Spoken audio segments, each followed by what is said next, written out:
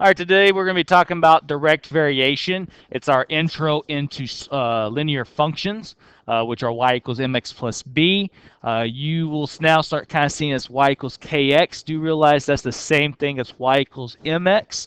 So the k is just the slope. So this constant variation for k just means slope. They just use a different letter. Why? I don't know. They just like to confuse you. But just realize k is m is slope. So this is all about slope. Right? And if you recall, slope is the ratio between the change in y over the change in x. So when it's a direct variation, we don't have to look for the change. We can literally just do y divided by x to find the ratio. All right? And direct variation is the product with two variables of the inverse. That just means you're just dividing y and x. Inverse means divide. Questions on what to fill in the blanks. So direct, constant variation has like 2 lines because it's really long. And then k, product, and inverse.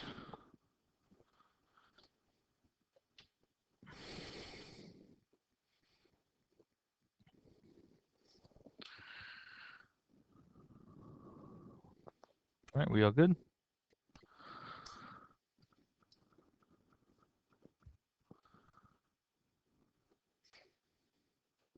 All right, so let's kind of jump into it. Basically, what I'm stating is, if we have something like this, a plumber earns $75 an hour. In 1 hour, he makes 75 bucks. In 2 hours, he makes 150 bucks. And in 3 hours, he makes 225 bucks. This is a direct variation because he's basically adding $75 for every hour that he works. The ratio would be the same.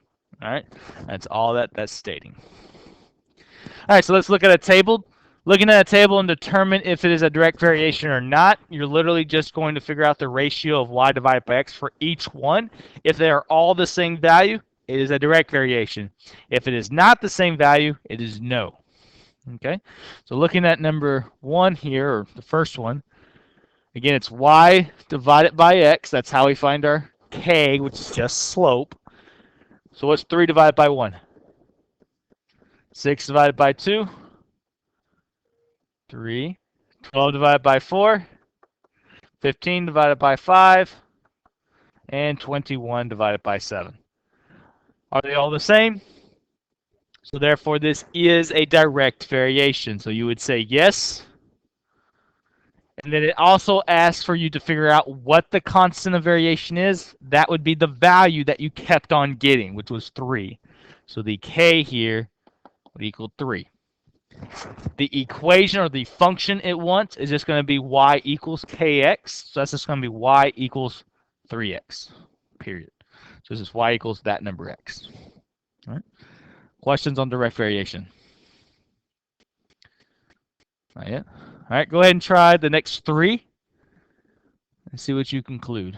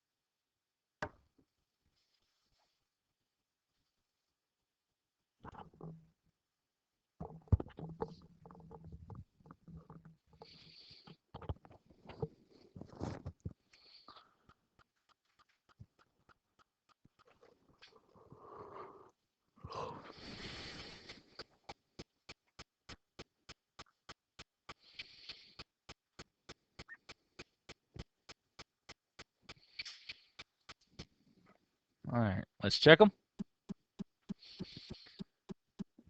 So again, y divided by x is my ratio. So 2 divided by 1 is 2. 4 divided by 2 is, so it's looking really good, right? But you want to check all of them, because when I get to 7 divided by 3, what is that? 2.3 repeating. Once you get a different value, you can just stop there, because then the answer is no. There is no constant variation, and there is no direct variation function. Questions on that one? All right. Have we already done the third one already? All right. Same concept. Y divided by x. So what's negative 21 divided by 3? Negative 7. Negative 14 divided by 2. Negative 7. Negative 7 divided by 1.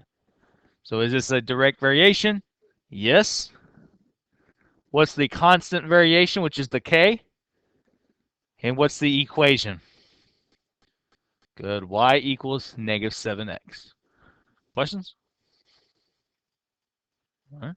Looking at the next one, 5 divided by 2 gives me 7 divided by 3 gives me. All right, instantly I can stop there because they're different values. So this right here is a no. Questions? Good. All right, let's talk about a little bit of literal equations. All right, there's only 2 steps to taking something from a standard form into slope-intercept form. The first step is to change the sign of the x and move it over if it's with the side of the y. Is my x on the same side as the y? No, so I can skip that first step. Then the second and last step is take whatever number next to y is and divide everything by it. So I'm going to divide everything by 5 because my goal is to get y by itself. So 10 divided by 5 is 2x. All right, for this to be a direct variation, it needs to look like this, where you have a y equals a number times x. Does that look like that? Yes. So therefore, this is a direct variation. The constant variation, which is the k, is this going to be the number in front of the x, which in this case is what? 2. Questions? All good? Is the x on the same side as the y on b? No, so I can skip that first step. What's my second step? Good. I'm going to divide everything by the number next to the y. So when I say everything, I mean everything. So you'll divide all 3 things by 4, not just the one with the x. All right, so 12 divided by 4, I get 3x. 8 divided by 4, so I get 2. Does that look like that?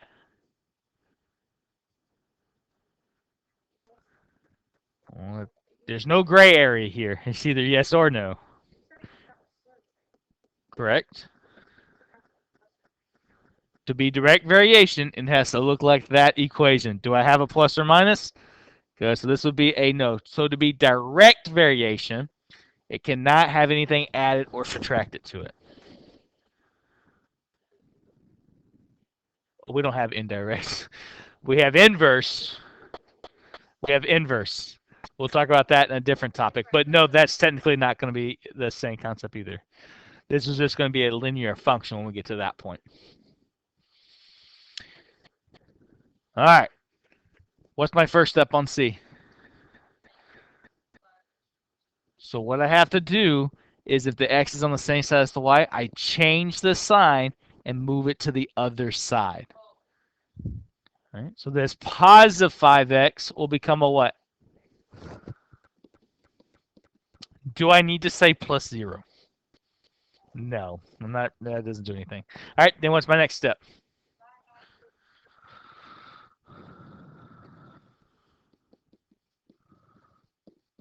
Is this a direct variation? Yes, a fraction is the same thing as a number, so you can multiply by a fraction. So therefore, what is your k?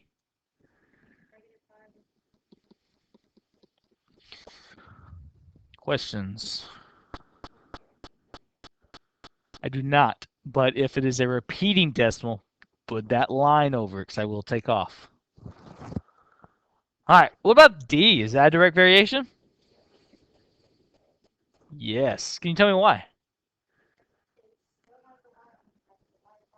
Mm-hmm. Perfect. It's still not adding or subtracting anything. Even though it looks like I'm dividing by 9, there's technically a number right there. So instead of looking like I'm dividing by 9, I'm really multiplying by 1/9. which then still makes it a direct variation. And what will my k be?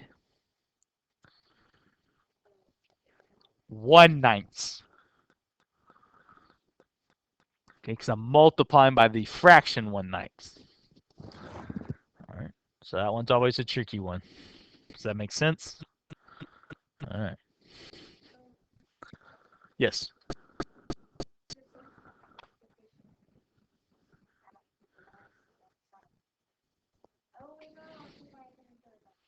It has to have y equals x. So if you have just like y equals 5, just solid 5, that would not be a direct variation because you need to have a y equals a number times x only.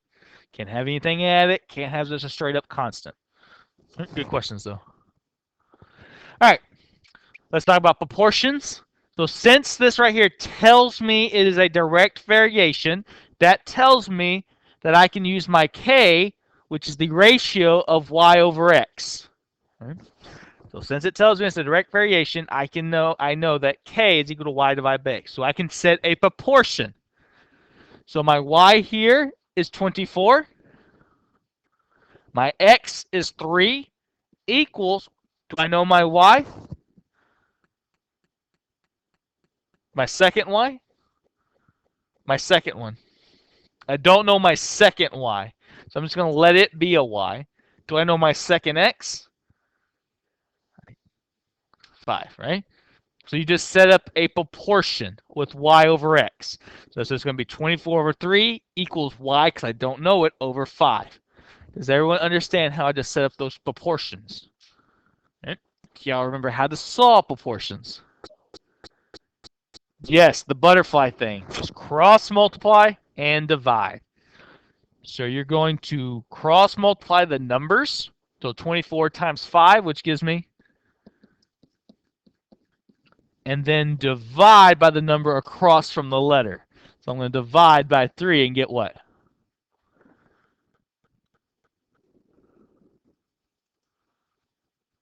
40. That's it. So you set up a proportion and then cross multiply and divide. So basically it says when y equals 24, x equals 3. When x equals 5, y equals 40.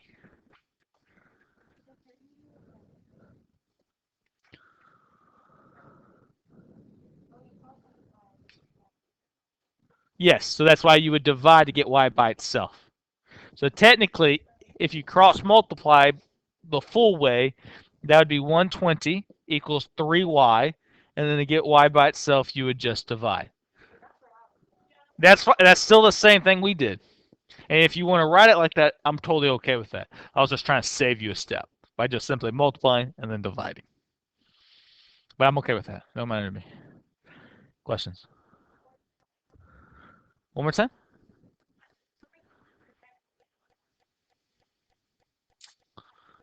No. Any other questions? All right, let's look at B. You try to do B and C.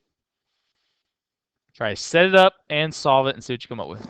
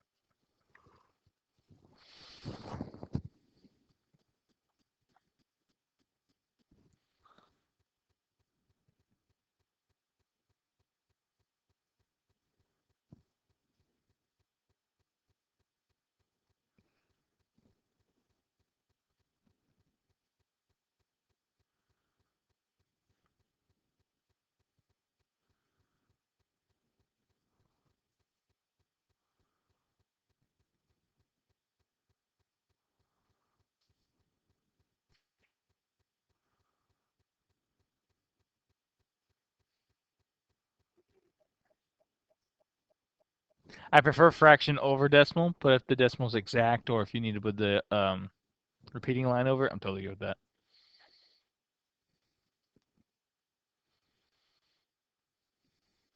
I definitely prefer fractions over decimals because they're more exact.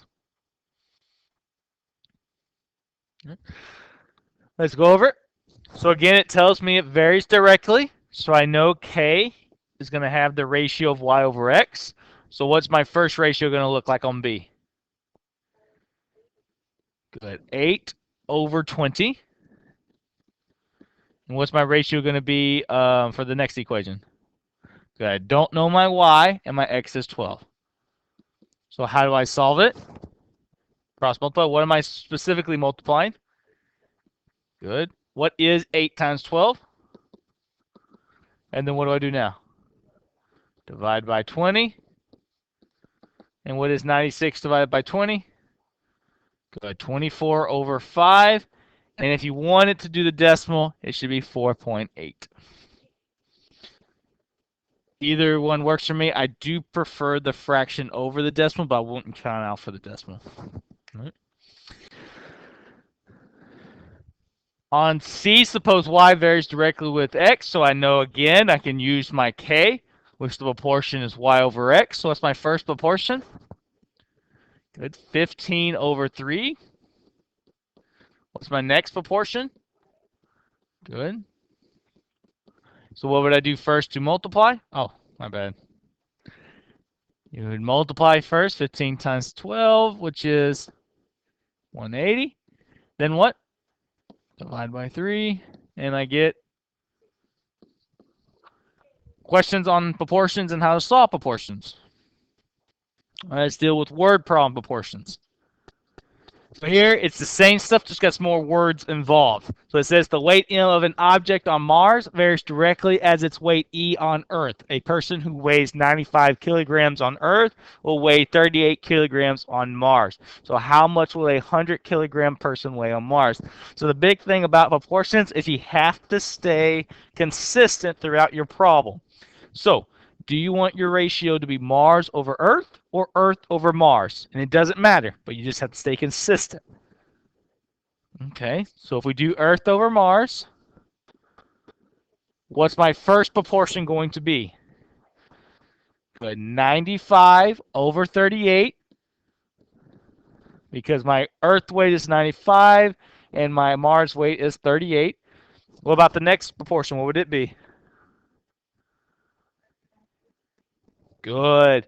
It's going to be 100 because my Earth weight is 100 and I'm looking for Mars. So you have to stay proportional. So that's why I ask you to pick either Earth or Mars, Mars or the Earth, and then just stay proportional. The top of the fraction should stay Earth, the bottom should stay Mars, or vice versa, depending on where you go. All right. Once you have set up your proportion, how do I solve it? What am I going to multiply? So what is 100 times 38? Then what? So when I divide by 95, what do I get? 40 what? Good.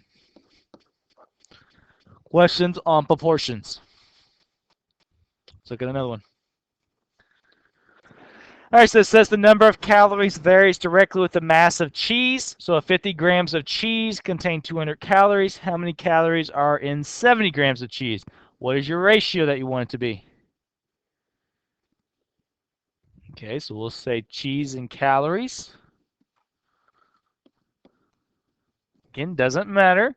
Just stay consistent. So what's my first fraction going to be then? 50 over 200. What's my second one going to be? Good. I'm told cheese is 70, and I'm looking for calories, which is going to be, I'm just going to call cal. All right. So what do I do to solve it then? All right. What am I multiplying? And what is 200 times 70? Be 14,000. All right. Then what would I do? So if I divide by 50, what do I get? 280 what? Calories. Questions?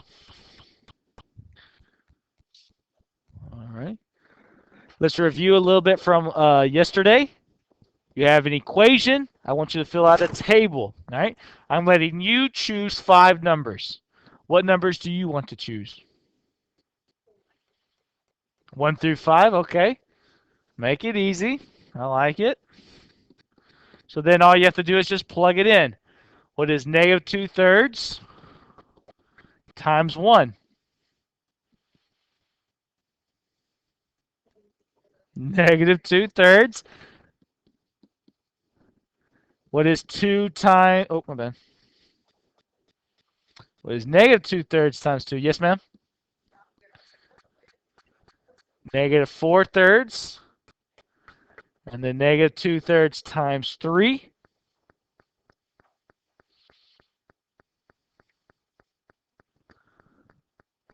Negative 2. Negative 2/3 times 4. Negative 8/3. Negative 2/3 times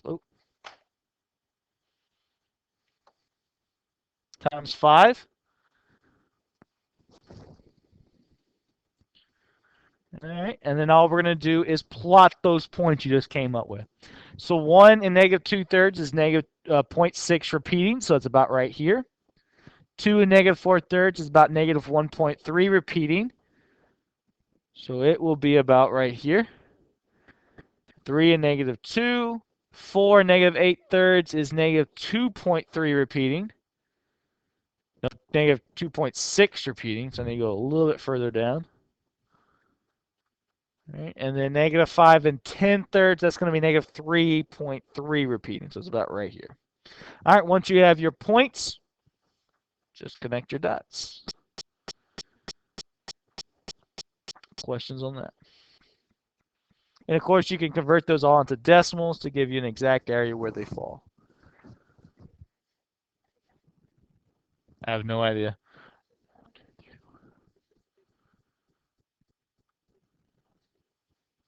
It should be a 5x5 graph. Let's do one more, and then, like I said, I will finish trying to grade y'all's test real quick. What values do you want to use for your table? 2, 4, going by even numbers? You can. I'm not going to say you're wrong. You can totally do that. I don't feel like multiplying really big numbers in my head. Can we just want to do 1 through 5 again? By the way, you could also, if you want some negative numbers, you could have also done something like this. -2, -1, 0, 1, 2. When I was a student, that's my generic way I always went, because that gave me 2 negatives. It gave me where it crossed the y-axis, and it gave me 2 positives to kind of get a better idea what the graph will look like. But you could have totally done 1, 2, 3, 4, 5, 2, 4, 6, 8, 10, and 12. It doesn't matter. You just need 5 points. The only time it matters is if I give you the x values, then now you have specific ones to go look for. All right. So we stick with this one. That's going to be 3 times -2, which is 6. Good. 3 times -1. 3 times 0. 3 times 1. 3 times 2. All right. Now you're going to plot those. Now this is a 5x5, so I'm going to have to go a little outside my graph. So -2, and then 1, 2, 3, 4, 5, and about 6, about right here. -1, -3, 1, 2, 3, 0, 0, 1, 1, 2, 3, and then 2, 6 will be 1, 2, something about right there. All right, once you got your points, now if you would have chose big numbers, all your points would have fit. At least have 2 points that will fit the graph, so you can at least connect the graph. 2 points make a line. Well, it doesn't matter. You should have been right. All right, questions on today's stuff? All right. So again, tomorrow I will